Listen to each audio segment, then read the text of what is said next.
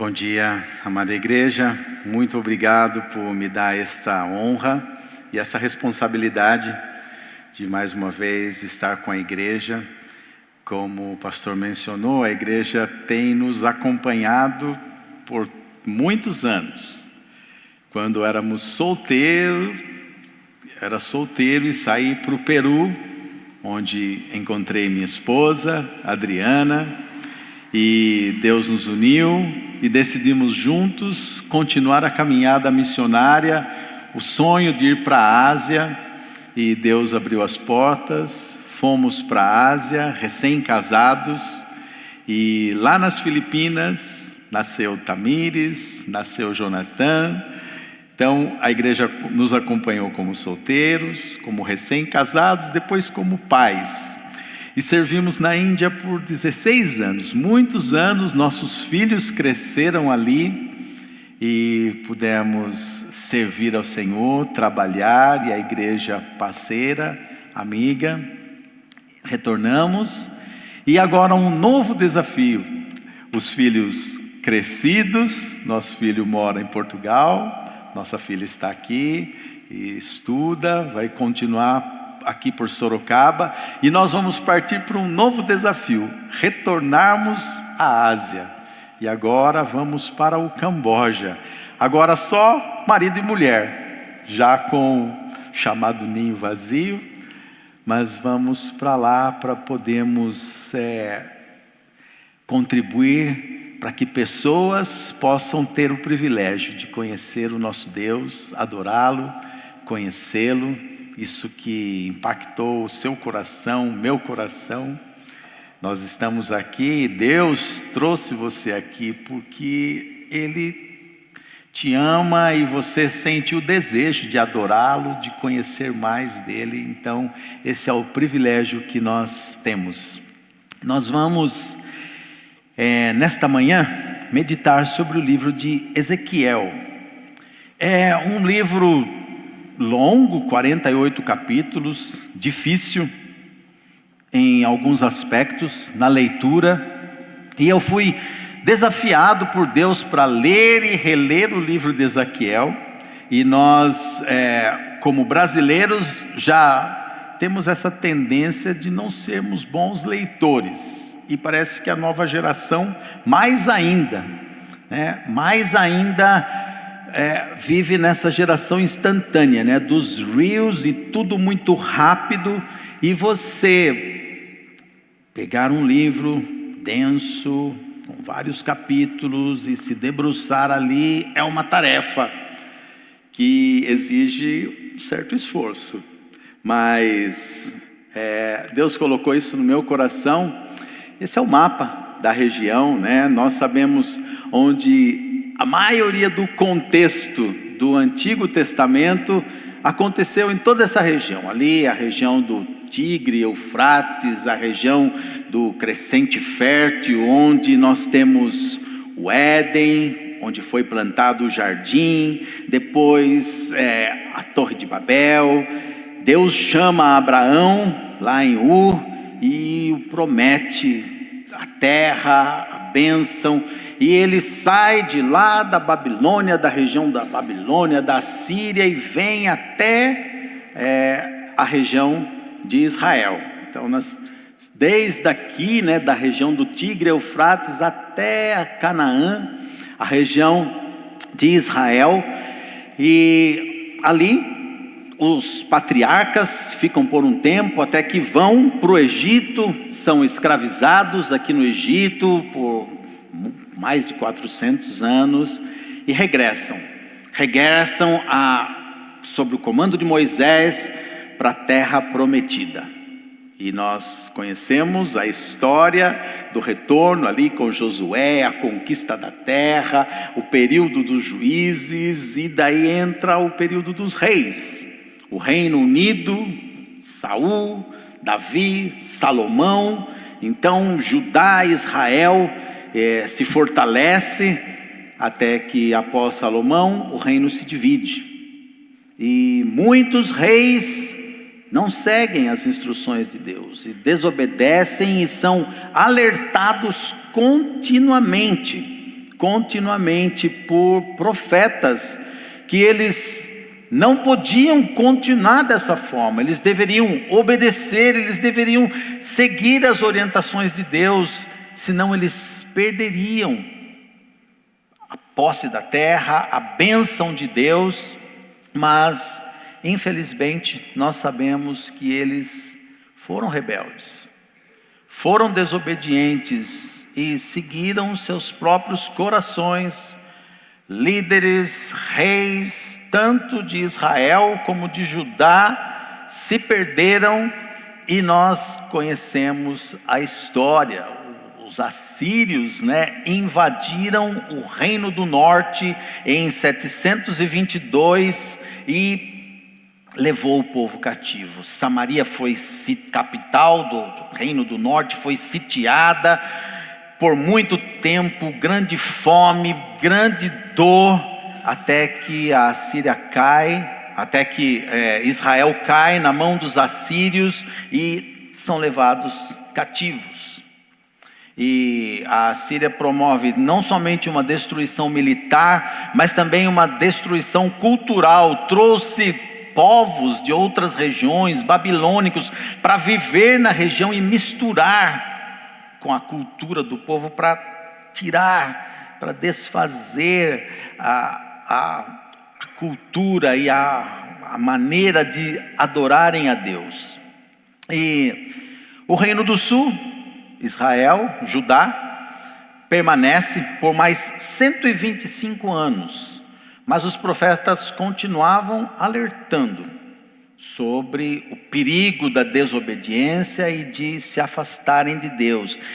Mas após 125 anos, durante o reinado do rei Joaquim, agora não mais os assírios, mas agora o Império Babilônico invade, cerca novamente Jerusalém, Judá, e vai conquistando aos poucos o reino do sul.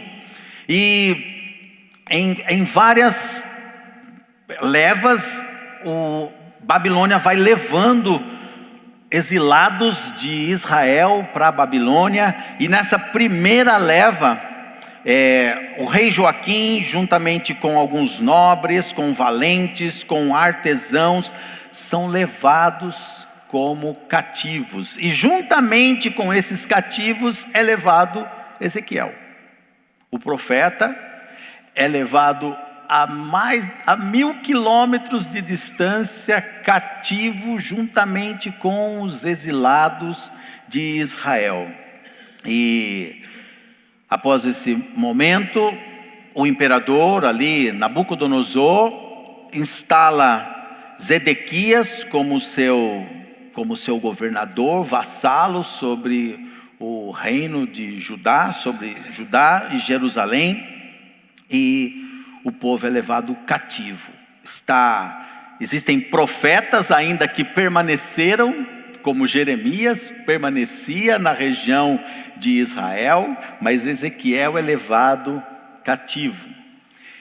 E o livro de Ezequiel é um livro muito autobiográfico. Ezequiel vai contando ele mesmo tudo o que aconteceu. Muitas vezes, em vários capítulos, o livro diz assim: veio a mim a palavra do Senhor, veio a mim a palavra do Senhor, veio a mim a palavra do Senhor. Se repete em muitos e muitos capítulos. E Ezequiel é chamado a profetizar contra a casa rebelde, Israel, o povo de Deus, Judá.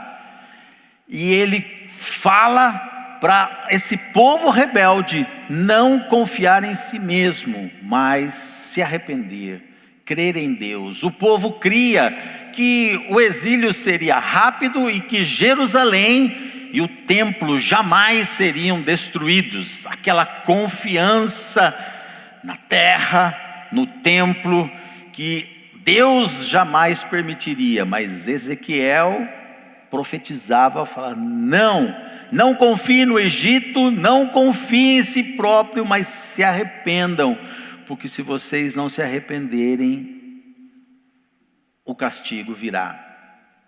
E Ezequiel quer dizer: Deus o torna forte, Deus o endurece contra a cerviz desse povo. E ele é levado com 26 anos e com 30 anos ele é chamado para ser profeta. E então, ali, nesse momento, muitos falsos profetas tentavam iludir o povo a fazer alianças com o Egito, ou a confiar em si próprio, não se arrepender e não obedecer a Deus. Mas o juízo estava determinado. O livro de Ezequiel usa ações simbólicas, várias maneiras como que o profeta, ele próprio se colocava como um testemunho, um exemplo para alertar a nação de Israel, Judá, Jerusalém. Ele desenhou sobre um tijolo a cidade de Jerusalém, cercada, sitiada. Ele teve que deitar sobre um lado do seu corpo por mais de um ano. A Bíblia, o Senhor o instruiu a cortar mechas do seu cabelo, e uma parte ele espalhava pela terra, outra parte ele queimou, outra parte ele cortou, simbolizando como Judá seria disperso, passaria por dificuldades. Ele é instruído a ficar com uma bagagem preparado, porque a qualquer momento a destruição poderia vir. Ele se identifica com o povo e sofre. Ele perde a sua esposa e não tem o direito de prestar os serviços fúnebres, culturais, porque seria assim: quando a destruição viesse, o povo não teria tempo. Ezequiel profetiza do exílio, Jeremias profetiza ali de dentro de Israel, para que o povo não se afastasse de Deus. Ezequiel é um exilado, ele é um refugiado. Está um pouco pequeno, não sei se dá para ver, mas existem hoje, forçosamente deslocados no mundo, mais de 100 milhões.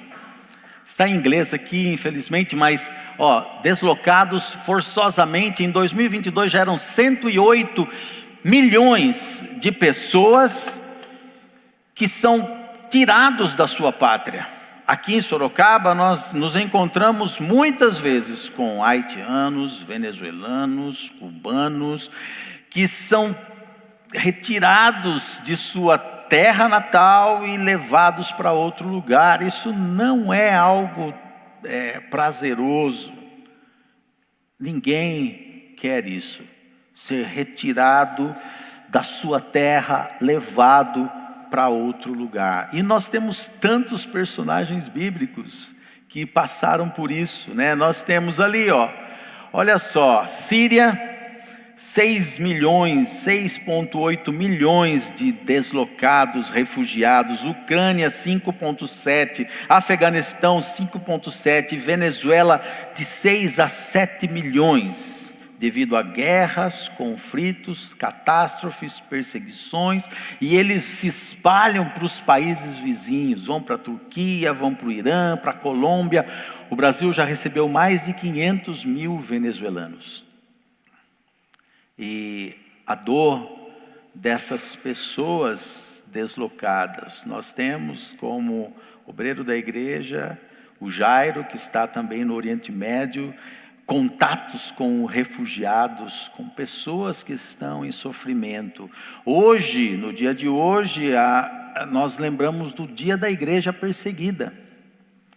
A igreja aqui em Sorocaba é uma igreja com liberdade, mas em muitos lugares a igreja é perseguida. Eu estou acompanhando há vários dias o caso na nossa organização de um irmão que foi detido num país fechado, está detido juntamente com vários outros líderes, a esposa angustiada. Depois de 3 dias ele conseguiu fazer uma ligação, dizendo que está detido e vai ficar detido até o mês que vem.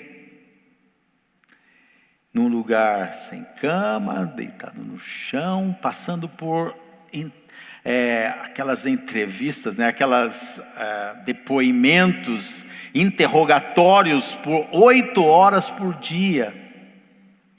Onde vocês se reúnem? Por que vocês fazem isso? De onde vocês conseguem Bíblias? Quem são os líderes? Situações que estão ao nosso lado. E por outro lado, Deus traz muitos refugiados de diferentes lugares para países que estão mais livres, onde eles podem ouvir com mais liberdade. E rapidamente no livro de Ezequiel, nós vemos um Deus de glória. Vamos ler rapidinho, capítulo 1. Versículos de 1 a 5. Aconteceu no 30º ano, no 5º dia do 4º mês, estando eu no meio dos exilados, junto ao rio Quebar, se abriram os céus, e eu tive visões de Deus. No 5º dia do referido mês, no 5º ano de cativeiro do rei Joaquim, veio expressamente a palavra do Senhor a Ezequiel, filho de Buzi, o sacerdote na terra dos caldeus, junto ao rio Quebar, e ali esteve sobre ele a mão do Senhor. Olhei, e eis que um vento tempestuoso vinha do norte, e uma grande nuvem com fogo a revolver-se e resplendor ao redor dela, e do meio disto, uma coisa como metal brilhante que saía do meio do fogo. Do meio dessa nuvem saía a semelhança de 4 seres viventes, cuja aparência era esta: tinha a semelhança de homem, e continua dando a descrição dessa visão. O capítulo 1 de Ezequiel mostra essa visão da glória de Deus. O profeta está ali e Deus fala com ele. E Deus se revela como um Deus todo-poderoso, uma visão amedrontadora. São 3 assuntos que nós vamos falar rapidamente: o Deus de glória, a visão de Ezequiel, o chamado do profeta e o Deus que se compadece sobre o vale dos ossos secos. Então, essa é a visão de Ezequiel. O texto fala dessa nuvem, cercada de luz, cercada de fogo, com esses seres viventes, e juntamente a esses seres viventes haviam rodas, que o texto diz, uma roda dentro da outra, e essas rodas eram cheias de olhos, e por dentro e por fora, que se moviam, e acima dessa visão desses seres viventes e dessas rodas, havia um firmamento de cristal tão imponente que o profeta diz que lhe metia medo. E acima do firmamento havia um trono,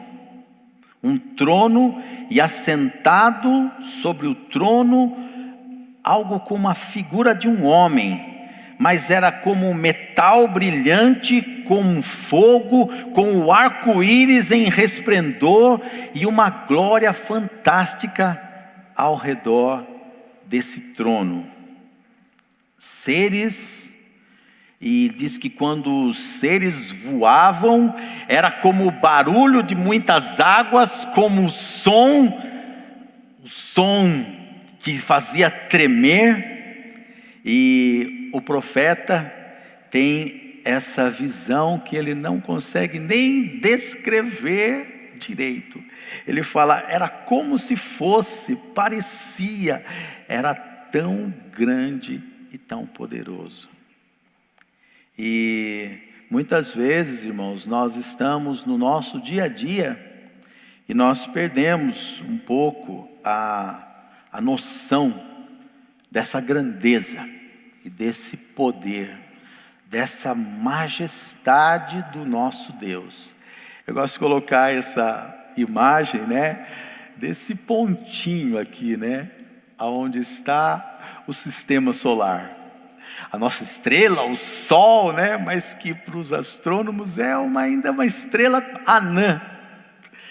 E aqui está o nosso sistema solar dentro da nossa galáxia, da Via Láctea.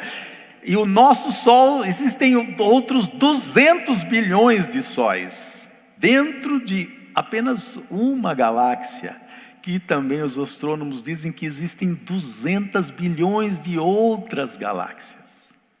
E nós não conseguimos medir ou pensar o tamanho da grandeza do nosso Deus. E Deus se revela ao profeta, se mostra a ele, porque o nosso Deus é um Deus que se revela, é um Deus que é grande, poderoso, transcendente, mas também é aquele que habita no coração do homem, que habita com o contrito, com o arrependido. Ele é transcendente, mas ele é imanente, ele é próximo, ele se alegra, fui rápido aqui agora, ele se alegra em ter contato, em poder nos alcançar com seu amor.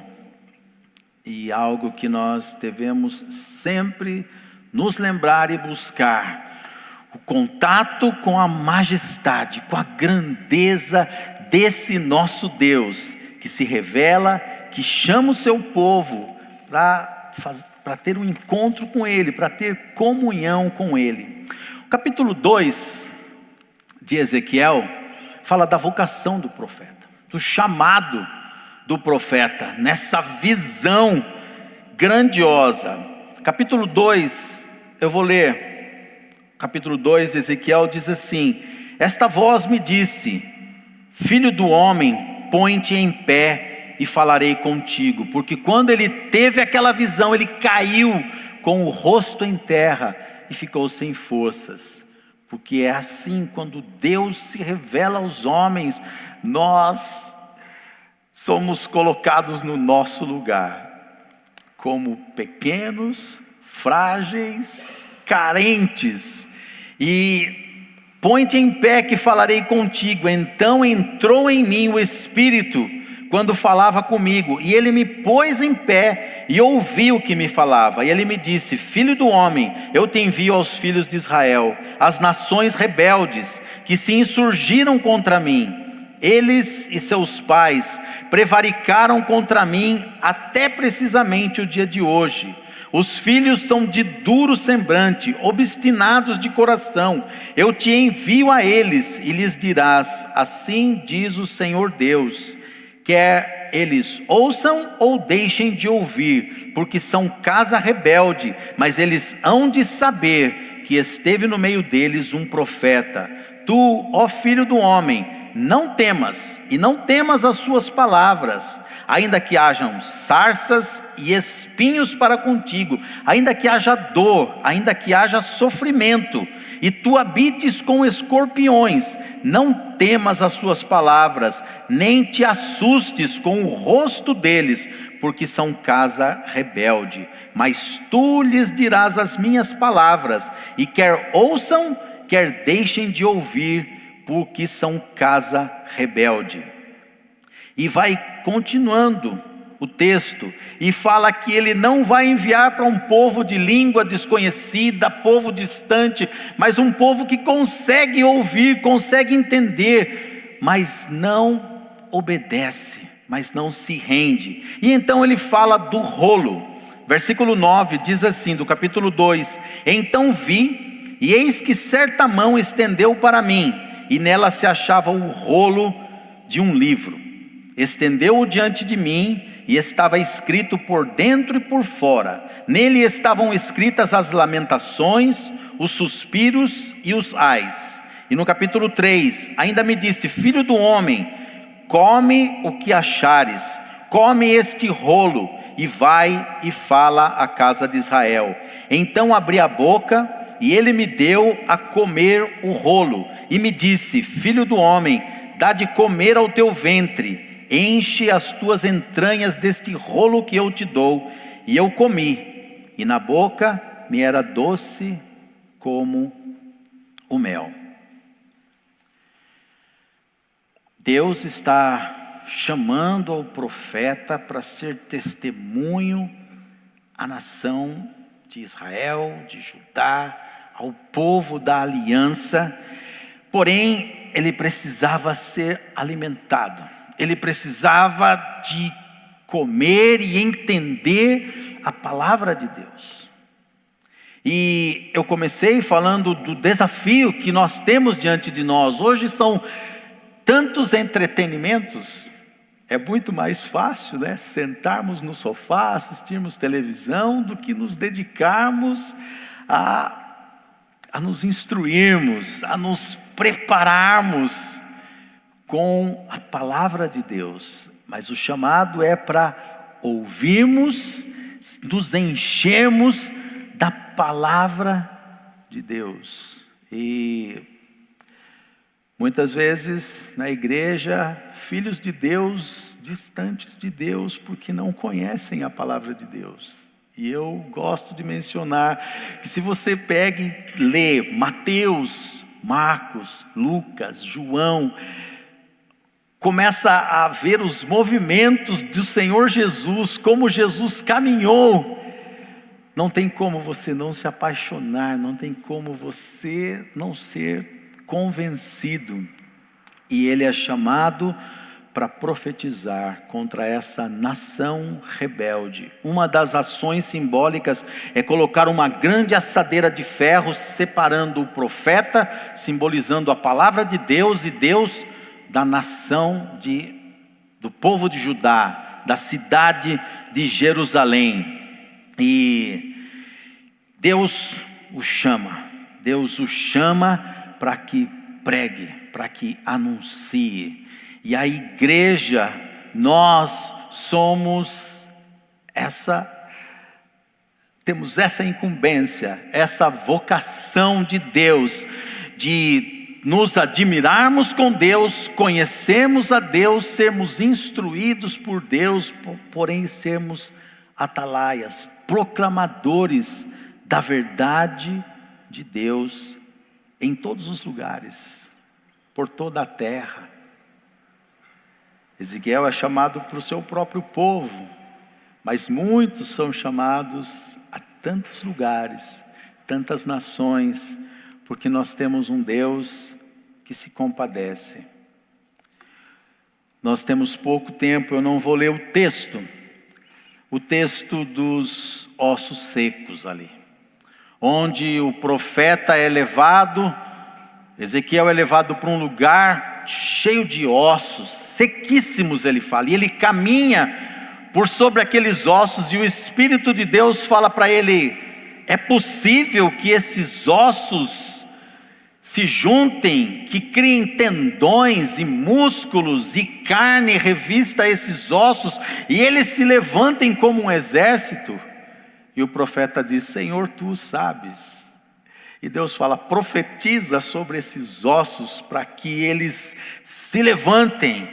E o capítulo 37 de Ezequiel diz que o profeta profetiza sobre aqueles ossos, e aqueles ossos começam a se mexer, se juntar, tendões são criados sobre os ossos, carne reveste aqueles ossos, e é formado um exército.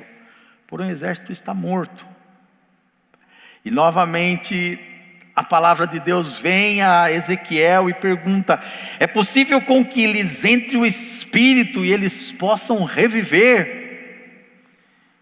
E novamente o profeta diz: Senhor, tu sabes.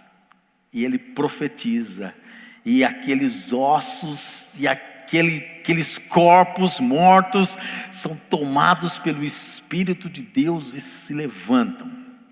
E é um símbolo da nação de Israel, Judá, Jerusalém como mortos. E mortos na sua desobediência, mortos no seu pecado, quantos estão mortos e carentes, precisando muito do toque do poder de Deus, para que possam ser ressuscitados. Povos, nações, perto ou longe, talvez na nossa igreja, sem vida, distante, sem alegria. E a nação de Israel, ali, Jerusalém, ela é totalmente devastada. Nabucodonosor cerca a cidade de Jerusalém, leva cativo o rei, mata seus filhos na frente dele, e depois fura os seus olhos, para que a última coisa que ele visse fosse a morte dos seus filhos, e ele fica como escravo e morre no cativeiro. Pela dor da desobediência e da rebeldia de muitos que estão mortos em seus delitos e seus pecados, que se recusam a ouvir o chamado de Deus, que se recusam a ouvir a palavra de Deus dizendo: arrependam-se e creiam no Evangelho. Deus nos levou para uma nação tão distante, na Índia, uma língua diferente, um povo que foi criado dentro do hinduísmo, a força da religião, da cultura, que é tudo uma coisa só.